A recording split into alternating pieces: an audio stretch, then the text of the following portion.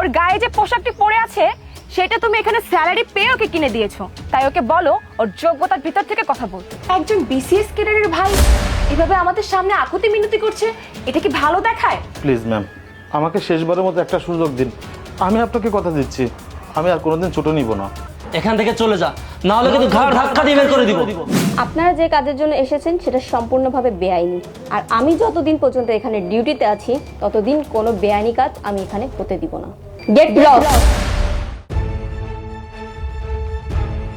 Ma'am, এই দিন মিষ্টি খান। কামরুন, এখন কি আমরা তোমাদের থেকে মিষ্টি খাবো? আর ওকে এখানে কি করছে? ম্যাম, ও আমার ছোট বোন, ও পড়াশোনায় খুব ভালো, পরীক্ষা দিয়েছে, ভালো রেজাল্ট করেছে, যে কারণে নিয়ে এসেছিলাম আপনাদেরকে মিষ্টিমুখ করাবো তাই। হ্যাঁ, ভালো রেজাল্ট করেছে। তোমার বোন পৃথিবীতে উল্টে দেয়নি যার জন্য মিষ্টি মুখ করাতে এসেছো। স্যার, আপনারা তো শুনলেনই না যে ও কিসে ভালো রেজাল্ট করেছে। এই শোনো, আমাদেরকে এইসব শুনিয়ে কোনো লাভ নেই। তুমি এখানে যেই কাজ করতে এসেছো সেই কাজই করো, আর তাছাড়া তোমার বোন যেই রেজাল্টই করুক তা শুনে আমাদের কি লাভ? সে তো বড় কোনো ম্যাজিস্ট্রেট হয়ে যায়নি। ম্যাম, আপনি এভাবে কেন? কি ব্যাপার কামরুল, তোমার বোন কি ভদ্রতা বলতে কিছু জানে না? তাদের সামনে কিভাবে কথা বলতে হয় সেই শিক্ষাও কি সে পায়নি? ওর গায়ে যে পোশাকটি পরে আছে সেটা তুমি এখানে স্যালারি পেয়ে ওকে কিনে দিয়েছো, তাই ওকে বলো ওর যোগ্যতার ভিতর থেকে কথা বলতে। ম্যাম, ও ছোট মানুষ তো বুঝতে পারেনি, ওকে আপনারা ক্ষমা করে দিন। এই, তুই বাড়িতে যা।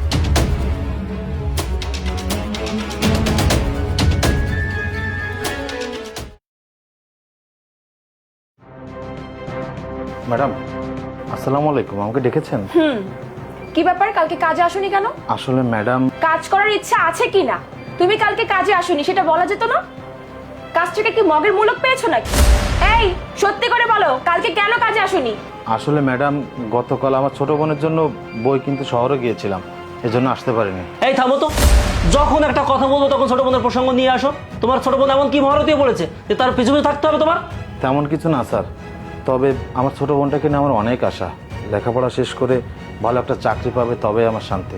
বাবা, শুনি তোমার ছোট বোন কি এমন পড়াশোনা করছে যে খুব ভালো চাকরি পাবে? ম্যাম, আমার বোনটা এবার বিসিএস দিবে, তাই পড়াশোনা করছে। ওয়েট ওয়েট, কি বললে তুমি? তোমার বোন বিসিএস দিবে? আচ্ছা, তোমার বোনের মাথায় কি সমস্যা আছে নাকি? সে জানে না বিসিএস পরীক্ষা দিতে গেলে কত মেধা লাগে, কত পরিশ্রম লাগে, এমনকি কত টাকাও লাগে? চামড়ার মুখ, যা মনে আসছে তাই বলছিস। তোর মতো দারোয়ানের বোন হবে বিসিএস ক্যাডার? কি সব ভাবে এরা? ছেঁড়া কাঁথা হিসেবে লাখ টাকার স্বপ্ন দেখা বাদ দাও, এসব গল্পে মানায়, বাস্তব জীবনে না। তোমার বোনকে লেখাপড়া না শিখিয়ে একটা কাজ ধরিয়ে দাও, তাহলে তোমার সংসারের উপকার হবে। স্যার, ম্যাম, আপনারা আমাকে নিয়ে যা বলবেন বলেন, কিন্তু আমার মা, আমার ছোট বোনটাকে নিয়ে কোনো কথা বলবেন না, তাহলে কিন্তু আমি সহ্য করব না। যত বড় মুখ নয় তত বড় কথা। তুই আমাদের সাথে তর্ক করিস? বিসিএস ক্যাডার, তোর বোনকে বিসিএস ক্যাডার বানাবি না? দেখাচ্ছি তোর মজা।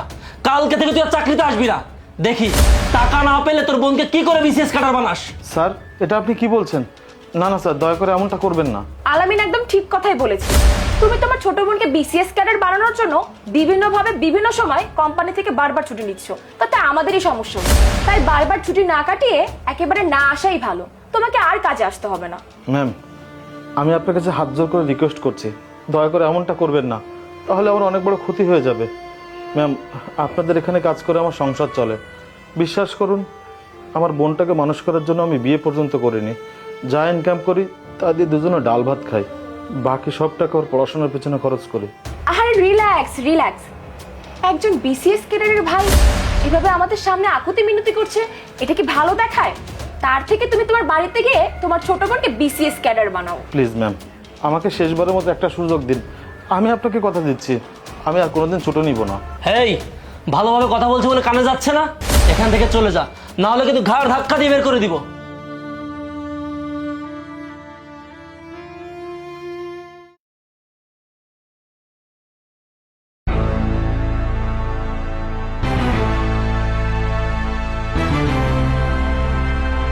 জি বলুন, কিভাবে আপনাদের সাহায্য করতে পারি? ম্যাম, আমাদের কোম্পানির যত সম্পত্তি ছিল পুলিশ সেগুলোকে সিলগালা করে দিয়েছে এবং নিজেদের আয়ত্তে নিয়ে নিয়েছে। সেখানে আমাদের অনেকগুলো টাকা ইনভেস্ট করা হয়ে গেছে। এখন যদি জায়গাটা আটকে থাকে আর কোম্পানিটা যদি বন্ধই থাকে তাহলে আমাদের অনেকগুলো টাকা লস হয়ে যাবে। দেখুন, আপনারা যে জায়গাতে কোম্পানি তৈরি করেছেন সেটা মূলত একটা কৃষি জমি, আর কৃষি জমি উচ্ছেদ করে সেখানে কলকারখানা তৈরি করা অবৈধ। সেখানে আপনারা ভুল করেছেন, আমার কি করার আছে বলুন? আরে আপনি সে না যে আগে আমাদের গার্ড ছিল কামরুল, তার ছোট বোন না? হ্যাঁ। ম্যাম, আপনি মনে হয় আমাদেরকে চিনতে পারেননি, তাই না? না, আসলে ব্যাপারটা তেমন না। আমি আপনাদেরকে চিনতে পেরেছি। আপনাদের কোম্পানিতে আমার বড় ভাই সিকিউরিটি গার্ডের চাকরি করতো। এই তো চিনতে পেরেছেন। আপনার বড় ভাই সবসময় আমাদেরকে বলতো যে তার ছোট বোনকে মানুষের মতন মানুষ করবে। আমরাও সবসময় আপনার কথা বলতাম যে আপনি অনেক ভালো কিছু করতে পারবেন। এই যে আজকে ম্যাজিস্ট্রেট হয়েছেন, একটা বিপদে পড়ে আপনার কাছে এসেছি। প্লিজ আপনি আমাদেরকে উপকার করুন, আপনি তো আমাদের আপনজন। বাহ, এখন আমার ভালো পজিশন দেখে আমাকে কত ভালো ভালো কথা বলছেন, আপনজন বলছেন। অথচ আমার যখন খারাপ সময় ছিল তখন আমার বড় ভাইকে চাকরি থেকে বের করে দিয়েছিলেন। সেগুলো অনেক আগের কথা, আপনি ওগুলো মনে রাখবেন না। প্লিজ আপনি এমন কিছু করবেন না যাতে আমাদের ক্ষতি হয়ে যায়। হ্যাঁ, হওয়াই উচিত। টাকা নিয়ে আপনাদের অনেক অহংকার ছিল, তাই না? আপনাদের মতো মানুষের পাশে আমি কেন, কেউই দাঁড়াবে না। তার মানে ম্যাম, আপনি কি আমাদের উপর প্রতিশোধ নিচ্ছেন?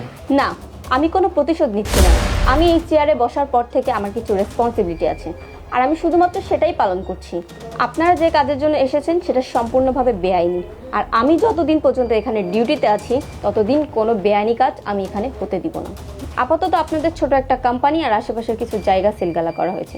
ভবিষ্যতে আপনাদের পুরো কোম্পানি সিলগালা করে দেওয়া হবে এবং সেখানে পুনরায় আবার চাষাবাদের কাজ শুরু হবে। ম্যাম, দয়া করে এমনটা করবেন না। প্লিজ আপনি আমাদের হেল্প করুন। আজকে আপনি আমার কাছে যেভাবে আকুতি মিনতি করে কথা বলছেন, একদিন আমার বড় ভাই এর থেকে দ্বিগুণভাবে আপনার কাছে আকুতি মিনতি করেছিল, তবুও আপনি তার সাথে খারাপ ব্যবহার করে তাকে অফিস থেকে বের করে দিয়েছিলেন। আজকে আমি চাইলে আপনাদের সাথে খারাপ ব্যবহার করতে পারতাম, কিন্তু আমার বড় ভাই সেই শিক্ষা আমাকে দেয়নি। ওই যে একটা কথাই আছে না, কুকুর মানুষকে কামড়ায় কিন্তু মানুষ কখনো কুকুরকে কামড়ায় না। তাই ভালোভাবে ভদ্র ভাষায় বলছি, এখান থেকে বেরিয়ে যান। Ma'am please. Get lost.